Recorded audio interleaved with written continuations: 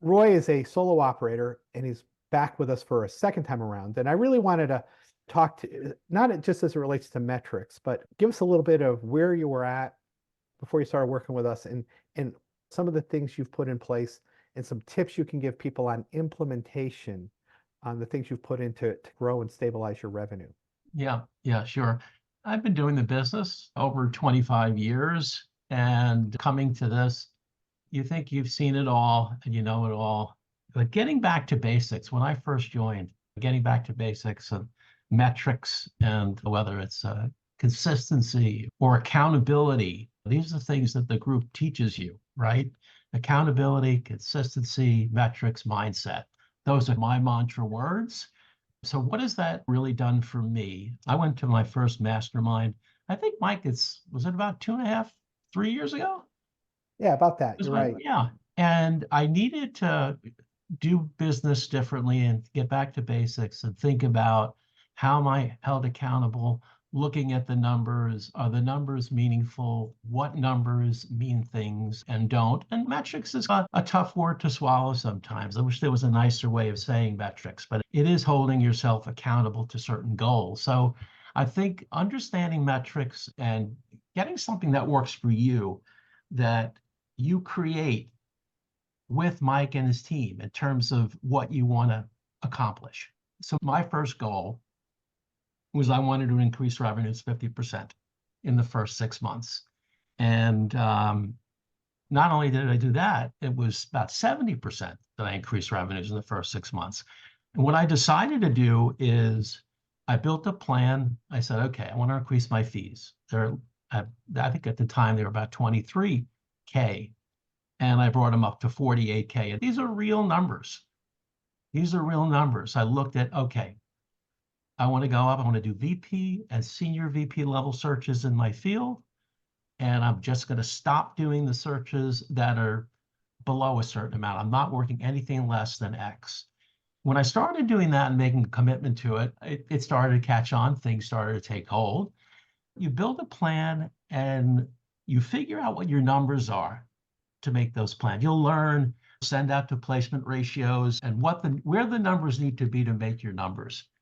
So that was the first thing that I thought was really inspirational and wanted me to What continue are on. one or two things you did tactically when you got on the phone with people to raise your fees? How did you set up the conversation? I know there's it's Yeah, a lot of sure. stuff, but a couple like tactical tips you can Yeah. give people. One of the biggest things, Mike has modules, and I was big at transcribing, writing down what he said, because if Mike said it, I was gonna say it. If there are good modules that you like, I want to commit it to memory. Sometimes you can watch it and understand it.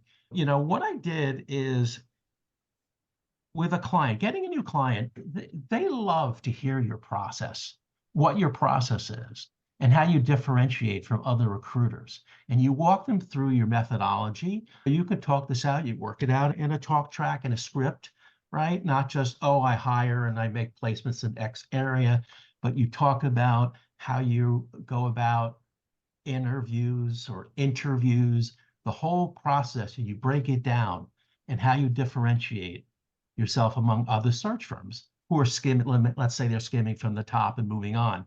Here you're doing an in-depth search, in-depth within your own database and your own contacts. That's level one. Then level two might be reaching out to several hundred candidates, making 6 to 10 attempts. Now, it's a job opportunity is not right for a person at a certain time. You'll reach out at another time. Basically, you're showing you give them a tremendous amount of bandwidth, and you show them how you differentiate by walking through your specific steps. And someone could, help you do that. That's not difficult. And people like that. People really do like that. And that's how I began going into retainers, getting retainers by pitching my story, and then you'll learn the language. It really is, it's not rocket science. If you put your mind to it, as you set expectations, and I'll teach you how to do that. I don't know. Am I answering your question, Mike? But Going the down a main thing different path. is, and you talk about selling the process, you set that up through asking great questions, right? Because a lot of Right. people ask me, how do I pitch a retainer? And I'm like, you don't, right? And maybe if you did it 1,000 times, it would work once in a while. the way you get retainers is doing, Roy, you do a phenomenal diagnostic and getting them to, through a series of questions, to talk about why the position being filled in a timely fashion is important, right? What they've done. Absolutely. Because they'll say, why should I give you money up front? We've got 37 other recruiters who have signed our 20% 10-year money back guarantee, name your first child after me fee agreement. Why should I work with you? And if you start at that point answering the question and process, you're going to be recruiter number 38 with a crappy agreement. I don't know if you should work with me, right? Let me ask you Right. some questions. Let's see if there's a reason. The secret is, just like I talked about at the very beginning of this, the secret of this is being the one who asks them better questions than they've ever asked before, at least as it relates to why the position's open. And then following up to what Roy's point was, here's why. Here's exactly, specifically, and precisely what I'm going to do on the search based on the pain that you have, right? So what are some of those questions where you get really people's attention, right, so that they understand that maybe the way they're working right now is a little bit messed up? Yeah, I want to find out, I want to probe at some of the pain points. I want to see kind of an economic impact that I can have as a recruiter by asking them questions to discover who's performing, how well they're performing, how to look at people, how to help them top grade. There's so many ways you can go about it in terms of asking specific targeted questions. And then writing down excellent questions and having that script in front of you is also, once you do that a few times, you commit it to memory. That's a big, there's so many questions, Mike, that you can ask, but you Right. have to ask intelligent questions at their level. You have to research the company this day and age with all kinds of discovery work that we can do. You want to know, if you're pitching a company, you want to look at press releases. You want to look at, who their competition is. You want to know, build an org chart of, people by looking at LinkedIn, who reports to what. These are all things that will make you stand out when you can start to name others on their team that would make sense if it's relevant. And then what did you do? Because you talked about jumping to working higher level searches. What was either the mindset shift or the technique shift or both that you had to put in place to make that happen? I think senior level searches are actually easier than mid to low level searches. It's all about cultural fit. It's about behavioral. It's about understanding the profile and getting them to ask questions to help define what their mission statement is. Where are they in that process of growth and evolution? Do they administer tests to try to look at people and see how they fit in different categories? So it's culturally understanding. And I think culture is a very big factor, and quote, the fit over actually having, specific skill sets.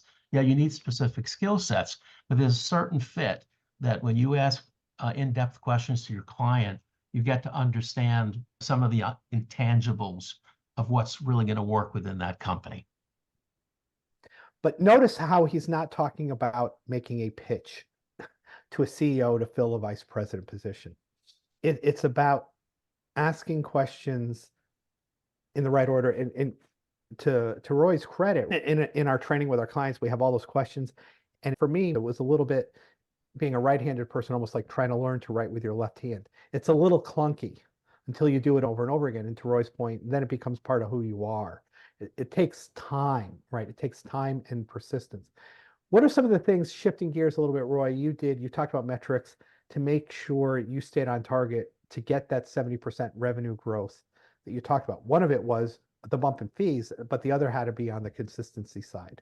Oh, yeah. The consistency side, in terms of looking at and monitoring what you're doing on a daily basis, there's a daily planner that everyone knows that you've got a daily planner. But if you, in the morning before you start your day, there's a difference between proactive work and reactive work.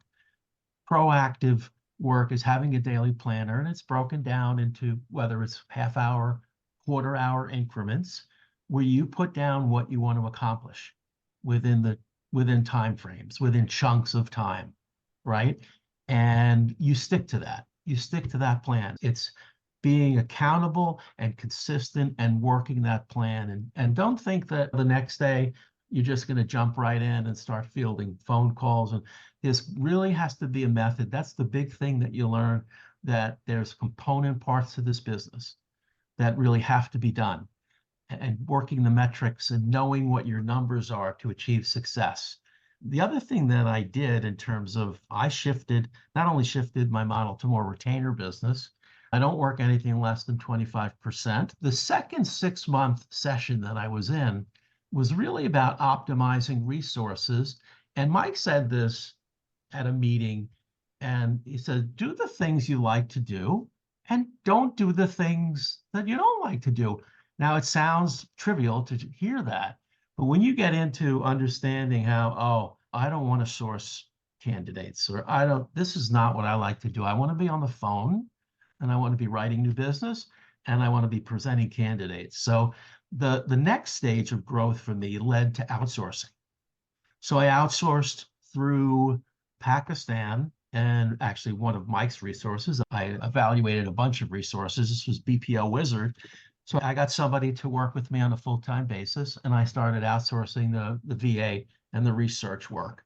And that was really helpful because in the morning I came in, this was key.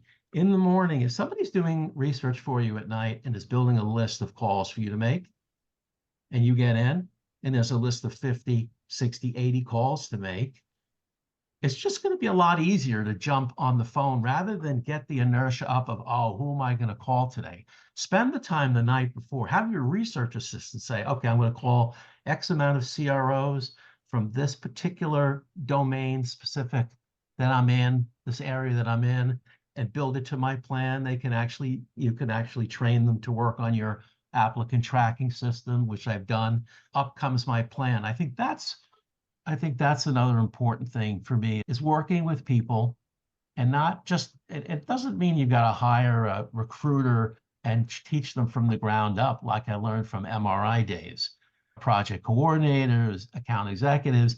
It means using resources that can bring information to you that can make your job easier. So it's sourcing and getting to a warm candidate. They can do that. It's business development. It's, okay, here, take these 5 lists, take this Crunch-based list, take this, I want all the names, take it from Zoom info, and build me a list. And then I would move forward with that list. And then you just refine what you do at each, and I was brought up to make everything better the next time. Every time I did something, the next time you just got to do a little bit better, or you're going to lose. You just have to keep winning and improving the process. And I'm going off, but the daily planner, the metrics, time management, using resources, and you can have a couple of VA researchers. I know people right now, they're still not even using researchers. They don't want to spend the money. There's tremendous value in offloading. You can offload just about anything that you don't like to do. Why do this business if there's a lot? Try to figure out what you can outsource and pay for, and then stay focused in the areas that you want. That's the biggest misnomer. I think, like hiring a researcher between part-time, you can hire them part-time 20 hours a week and go up to 40 hours a week. And BP Wizard is a great resource. We have 2 legacy. If you go to the recruiteru.com/partners, even if you're not a client, you can leverage those. But it's the biggest ahas we see with clients, and even Roy being one of them, is investing $1,000, $1,500 a month in research. If you go based on the metrics Dion just taught, an average interview to placement ratio of 8 to 1 with a fee of 20,000, and with Roy it's higher, with most of our clients higher, but you're in the neighborhood of $3,000 for every interview you arrange based on that metric. If all they do is help you get 1 more interview a month, and Roy, they help you get a lot more than 1, I imagine. Oh yeah. That's a 2 to 1 return on investment, right? It's not expensive. Doing it yourself is the most expensive thing you can do. And Roy and I could go on and on and on. And somebody put in chat, doing all that research. You're doing a lot of that research with them in the conversation, culturally, correct? You're not going to 7 different websites. Like you said, you're looking for press releases and things like that to queue you up, but the research on culture occurs on the conversation, correct?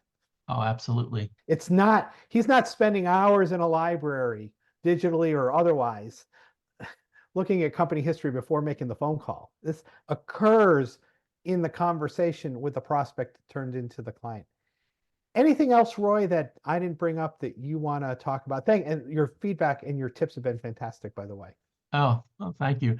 No, I can go on. There's, I guess, being part of a group like this, I stay in touch with a lot of the members where we talk on a regular basis. So you build a network around you of people that you can call on because this one is strong at contracts, or this one is great at closing, or this one's using a fantastic new tool, plugins and tools. And one thing, about this network, don't think, oh, it's all metrics and that's gonna, yeah, of course it's metrics, but we have to be Recruiter 2.0. We have to use the tools in a way. We got to stay focused with being on the phone, but maximizing it, whether it's using AI, using these things in a way, but not, you can't get carried away with the tech, but you use it because the people that are using it, and if for me, I'm in my early 60s now, so that what I do, I outsource the stuff that I can't understand. There's lots of platforms, you've got all kinds of windows open, so you want to be real careful. But technology, the way it's evolving, stay on top of it, and this group makes you aware of that too. This group is using new tools, new technologies, showing you ways to do things. It's a lot more to offer than just thinking that, oh, just through metrics and mindset. That metrics and mindset are extremely important, and that's the foundation. There's other things that add value to this. And I have a number of great friends. I just sent a press release to someone who I know has got a strong marketing background, and she gave me fantastic feedback on it. Yeah, I have only good things to say about this network because I embrace it because it costs money. If I'm going to spend money, I'm going to make sure that I'm going to make use of it. That's another psychological thing. Roy and Spending I are money on, both recovering cheapaholics. And so I'm not judging Roy. I actually relate to Roy. And it's really hard when you're brought up with that security mindset around money to start to transition from expense to investment. If any one of you take money and you give it to a financial advisor and you put it in a 401k or self-employed pension or whatever, you don't ever look at that as expensive, because if you put $10,000 away this year, your expectation, I don't even say your hope, is that it's going to grow on average 8 to 10% a year until you retire. There's no, oh my God, I got to write a check to my 401k. It's $10,000. That's expensive. It's no, I'm investing this because it's going to be part of my future. Somebody put in chat, I'm a startup, I can't afford that. And you might not be able to. But if I had money in a 401k, I'd borrow money from my 401k and I would invest it in research, because a dollar I put into research is going to be $10 in billings, right?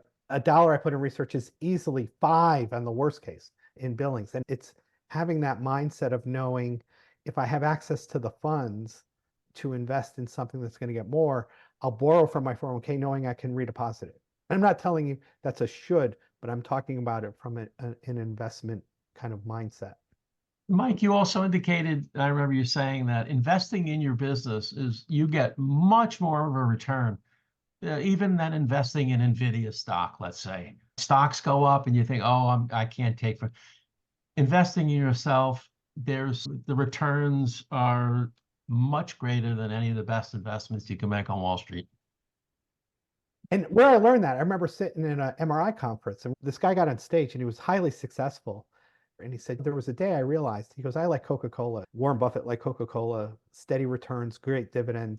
And he goes, but Coke does, even in a good year, 10, 15, 20%. He goes, but a dollar I put back to my business got $5 or $10 back.